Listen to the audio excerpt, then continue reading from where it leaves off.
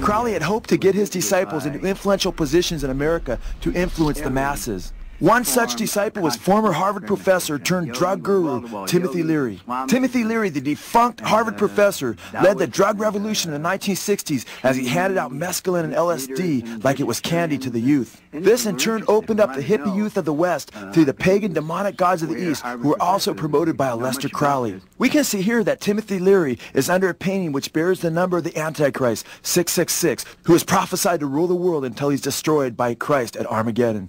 Timothy Leary claimed that he came to the realization that he was to usher in Crowley's new age when he was using Crowley's tarot cards. Leary asked the question, "Who am I and what is my destiny?" Leary claims that he then cut to the Ace of Disc. Robert Anton Wilson declared, "This shows a large disc bearing the Greek letters to Megatherion, the great beast." Leary interpreted this to mean that he is Crowley reborn and is supposed to complete the work Crowley began.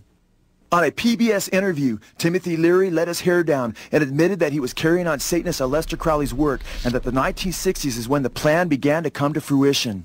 Well, I've been an admirer of Aleister Crowley. I think that I'm carrying on much of the work that he started over 100 years ago, and I think the 60s themselves. You know, Crowley said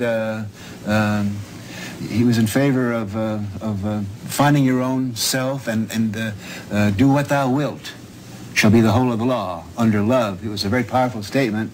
I'm sorry he isn't around now to appreciate the glories that he started. As Satan guided Crowley, Crowley declared that his writings were to be, quote, circulated among the young, end quote. Crowley predicted that America would pick up, quote, a few axioms on which a working majority can agree, a few dogmas which it could rally. Do what thou wilt, of course, became do your own thing, and if it feels good, do it in the 1960s. Timothy Leary came up with a few of his own. He looked out at that crowd and he said, turn on, tune in, that's right, and drop out. Turn on, tune in, and drop out. We're turned on, and we're tuned in, and we're very dropped out. Turn on, tune in, and drop out. Turn on, tune in, and drop out became turn on, tune in, and take over, as the easily led Crowleyan youth culture was deceived into believing that they had received spiritual enlightenment, when in fact they had swung the door open to Satan and his plan to destroy the world. Satan had effectively slipped in his destructive teachings to undermine traditional moral values through the cloak of a supposed anti-materialistic peace movement. Crowley taught that his satanic doctrine should be cloaked under the lie of love, and he believed the youth would fall for it. If Timothy Leary was Crowley's drug guru of the 1960s, Leary dubbed John Lennon and the Beatles as the four evangelists. The Beatles wrote the song Come Together as a campaign song for Leary's hopeful presidential bid that, thank God, never got off the ground.